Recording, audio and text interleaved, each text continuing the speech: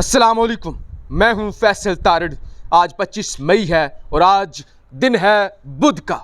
जुल्म तो जुल्म है, बढ़ता है तो मिट जाता है। खून तो खून है, गिरता है तो जम जाता है। आज इंपोर्टेड सरकार की जानिब से जुल्मो सितम की इंतहा कर दी गई है। इस्लामाबाद मुकम्मल तौर पे बंद हो चुका है और इस वक्त इस्लामाबाद के अंदर एक छत पर मैं मौजूद हूं और मेरे पीछे आपको इस्लामाबाद के मनाज़र भी नज़र आ रहे होंगे। सुप्रीम कोर्ट के हवाले से हमने बात करनी है। हमने बात करनी है हैंडलर्स के हवाले से कि इस सारे मामले के अंदर उनका क्या किरदार है और लॉन्ग मार्च के हवाले से ताज़ा तरीन सूरत हाल क्या है। थोड़ी सी सुप्रीम कोर्ट की बात कर लें क्योंकि सुप्रीम कोर्ट से थोड़ा सा रिलीफ नज़र आया है। इतना ज़्यादा तो रिलीफ नज़र नहीं आया जितना होना चाहिए था। जितना रात के 12 बजे अदालतें खुली थी और न्यूट्रल की ईमा पर इंपोर्टेड को रिलीफ दिया गया था, इतना तो रिलीफ नज़र नहीं आया। लेकिन अदालतों ने यह ज़रूर कहा है कि रास्ते क्यों बंद किए जा रहे हैं। कहा गया जिस श्रीनगर हाईवे पर वो पहुंच रहे हैं तो जज साहब ने कहा, अदालत उज़्मा ने कहा कि एक सड़क को बचाने के लिए, एक सड़क के लिए आप पूरा मुल्क बंद कर देंगे। ऐसा कैसे हो सकता है कि आप पूरा मुल्क बंद कर दें। तो लिहाजा जी सुप्रीम कोर्ट की जानिब से कहा गया है कि रास्ते खोले जाएं, आने दिया जाए, ये मार्च करें और घरों को जाएं। लिहाजा इतना ही फैसला दिया गया। लेकिन सुप्रीम कोर्ट को शायद ये नज़र नहीं आ रहा कि किस तरह लाहौर के अंदर नकाब पोश जुल्मो सितम की इंतहा कर रहे हैं, किस तरह से ख़वातीन को निशाना बनाया जा रहा है और कितने बेशर्मी से ख़वातीन के कपड़े फाड़े गए हैं, तशद्दुद किया गया है और लोगों को इस तरह मारा गया है जिस तरह से कश्मीर के अंदर हम देखते हैं भारतीय फ़ौज कश्मीरियों को मारती है और जिस तरह से बुनियादी हकूक़ लोगों के और लोग जो पुरअमन घरों से निकले हैं, जिस तरह से उन पर असला डाला गया है कि ये जी इनसे असला पकड़ा गया है, जिस तरह से इस वक्त लोगों को ज़ख्मी किया गया है, हज़ारों लोग गिरफ़्तार हो चुके हैं। ये गिरफ़्तारियाँ सुप्रीम कोर्ट को नज़र नहीं आ रही। कुछ डॉक्यूमेंट्स इस वक्त सामने आ रहे हैं, सोशल मीडिया पे बड़े लीक हो रहे हैं, जिनसे वाज़िया तौर पे पता ये चलता है जो हैंडलर्स हैं यानी एस्टैब्लिशमेंट की इस लॉन्ग मार्च को रोकने के लिए राना सनाउल्लाह को और इस इम्पोर्टेड सरकार को मुकम्मल तौर पर हमायत है। अरशद शरीफ साहब और पाकिस्तान के तकरीबन नामवर एंकर इस पर बात कर रहे हैं, सोशल मीडिया पे ये सर्कुलेट हो रहे हैं, वायरल हो रहे हैं कि जिस तरह से 2014 के अंदर एस्टैब्लिशमेंट की खान साहब को सपोर्ट थी, इसी तरह से अब 2022 के अंदर एस्टैब्लिशमेंट की फुल मुकम्मल तौर पे सपोर्ट है इंपोर्टेड को कि आप क्रश करें, आप इनको कुचलें। यही वजह है कि नकाब पोश ट्रेंड लोग हैं जो गाड़ियों को तोड़ते जा रहे हैं, तबाह करते जा रहे हैं। लेकिन मैं समझता हूँ यह जंग खान ने और खान के खिलाड़ियों ने जीत ली है। जिस तरह से खान साहब कंटेनर के ऊपर पाकिस्तान का झंडा पकड़ कर खड़े हुए हैं, वो वाकई ही काबिल सताइश है कि एक शख्स अकेला ही खड़ा है पाकिस्तान का झंडा थाम कर। लेकिन यहाँ पर मैं पंजाब का जिक्र करना चाहता हूँ। पंजाब के अंदर फवाद चौधरी साहब, कोई 35 से 40 लोग थे, मंगला के मुकाम पर खड़े हुए थे, फरमा रहे थे देखा देखा हम पे आंसू गैस फेंका जा रहा है। आप आज़ादी लेने आ रहे हैं, आप यहाँ पे कोई दावत पे नहीं आ रहे। और लोग कितने हैं? 35 से 40। क्या कह रहे हैं? आज़ादी लेने आ रहे हैं, देखो देखो लॉन्ग मार्च हम लेके आ रहे हैं, अवाम का समंदर है। ये इंतहाई शर्मनाक है। पंजाब के अंदर पीटीआई के जो MNAs हैं, ज़्यादातर जो मेरे पास इतलात आ रही हैं, जानबूझ के गिरफ्तारियां दे रहे हैं, कि आओ हमें गिरफ्तार कर लो। हीरो भी बन जाएंगे, इस तरह से उंगलियां भी खड़ी करेंगे, ये विक्ट्री का साइन भी बनाएंगे कि हमने खान की खातर कुर्बानी दी, हमने गिरफ्तारी दी। ये वक्त गिरफ्तारी देने का नहीं है, ये वक्त इस्लामाबाद पहुंचने का है, ये वक्त लड़ने का। लेकिन क्योंकि आंसू गैस, क्योंकि शेलिंग है, क्योंकि वहाँ पे गुल्लू भट्ट निकाब पोश डंडे मार रहे हैं, रास्ते बंद हैं, गर्मी भी है। आप मुझे देख रहे होंगे, यहाँ पे मेरे चेहरे पे आपको पीछे धूप नज़र आ रही होगी कि ये 40-45 का टेम्परेचर आपको नज़र आ रहा होगा। लेकिन हम खड़े हैं, रिपोर्टिंग कर रहे हैं, करते रहेंगे। लेकिन क्योंकि ये कौमी असम्बली के अंदर भी आदत है, एसी लगा हुआ है, आपने टेक लगाई हुई है, घरों के अंदर भी एसी लगे हुए हैं, गाड़ियों के अंदर भी एसी लगे हुए हैं। यहाँ सारे यास्मीन राशिद नहीं बन सकते कि हाथ ज़ख्मी है, कैंसर की मरीज़ा हैं, फ्रंट जो विंडो स्क्रीन है गाड़ी की वो टूट चुकी है, फिर भी वो आ रही हैं। ये सारे हमाद अज़र नहीं हो सकते। ऐसे साइन बना रहे हैं, जानबूझ के गिरफ्तारियाँ दे रहे हैं। मेरे पास इतलात आई हैं, जानबूझ के गिरफ्तारियाँ दे रहे हैं ताकि हीरो भी बना जाए। और क्यों, कौन जलील होना चाहता है? ये सारे ज़्यादातर मफाद परस्त टोला है।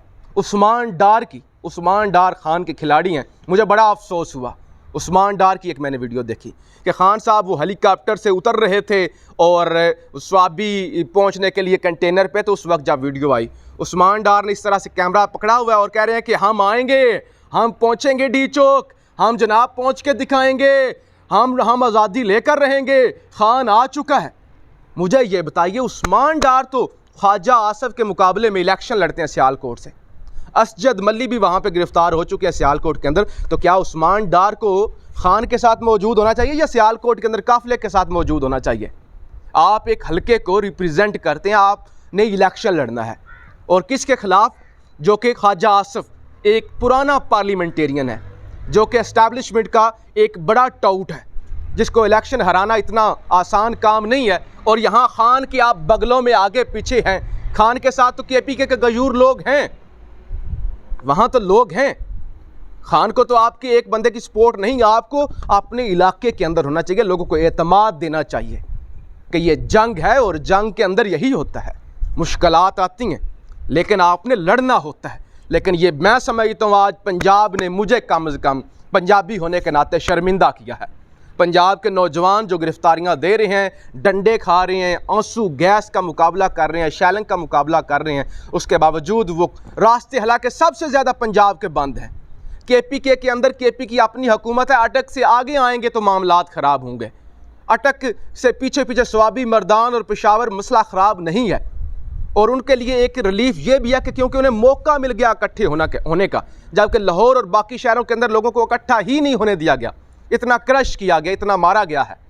लेकिन फिर भी पंजाब के नौजवान, पंजाब के खिलाड़ी बाजी ले गए हैं, मार खा रहे हैं, जलील हो रहे हैं, आंसू गैस। मैं धूप के अंदर खड़ा हुआ हूँ, मुझे पता है कितनी धूप के अंदर मुश्किल काम होता है। खड़ा वो धूप नहीं, वो आंसू गैस, प्यास, आंखों में जलन, पेट्रोल बंद, ATM बंद, उसके बावजूद वो मुकाबला कर रहे हैं। लेकिन डार साहब यहाँ पे इस तरह की विक्ट्री के निशान बना रहे हैं और कुछ पुलिस की गाड़ियों के अंदर।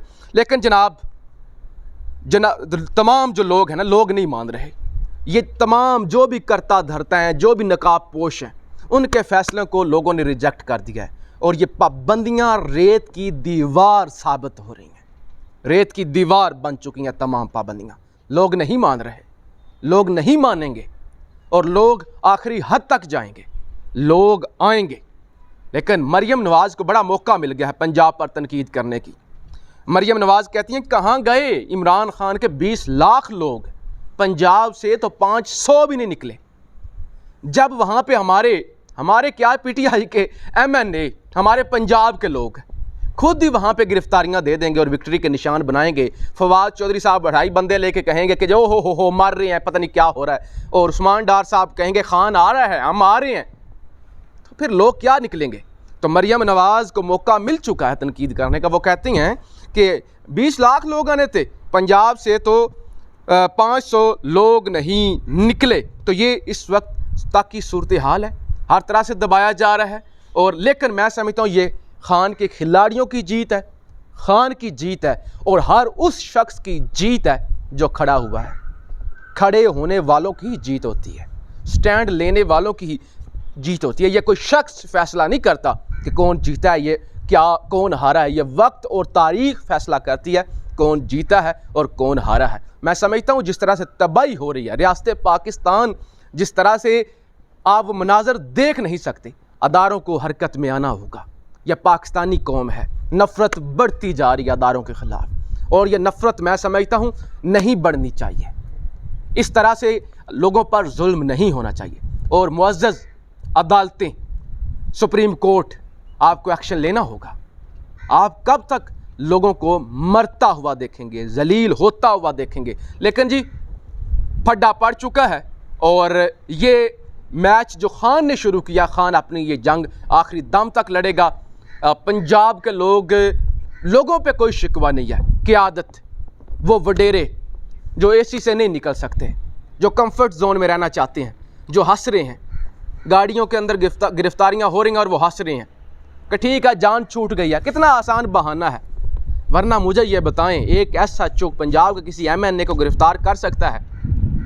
क्योंकि मेरा ताल्लुक़ पंजाब से है, मैं पंजाब के कल्चर को बड़ी अच्छी तरह से जानता हूँ। ये वही SHO हैं जो हमारे पंजाब के डेरों पर आके सल्यूट करते हैं, और DPO, इवन DPO तक MNAs और सारों के आगे ऐसे ऐसे झुक कर खड़े होते हैं। ये कल्चर है पंजाब के अंदर। इसीलिए तो पुलिस ख़राब हो चुकी है और वो गिरफ़्तार कर सकते हैं, सवाल ही पैदा नहीं होता।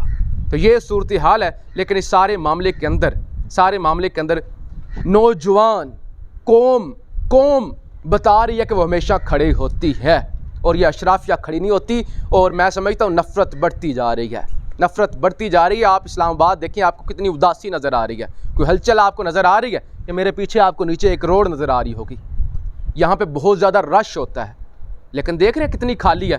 तो इस वक्त एक शहर इक़्तिदार के अंदर अजीब सी उदासी है। लेकिन जो मैंने वीडियो के शुरू में कहा कि जुल्म तो जुल्म है, बढ़ता है तो मिट जाता है, खून तो खून है, गिरता है तो जम जाता है। इंशाल्लाह जो भी हक़ के साथ खड़े हुए हैं वो सुरखरू होंगे, और इम्पोर्टेड जितने ज़्यादा जुल्म कर लें, लोग जुल्म बर्दाश्त करेंगे और आज़ादी हासिल करेंगे। याद रखिए, ये फैसला कुन वक्त है। अब नहीं उठेंगे तो मिट जाएंगे, सारी उम्र आपकी नस्लें भी गुलाम रहेंगी। फैसला आपने करना है। आप राय का इजहार ज़रूर कीजिएगा। पाकिस्तान जिंदाबाद।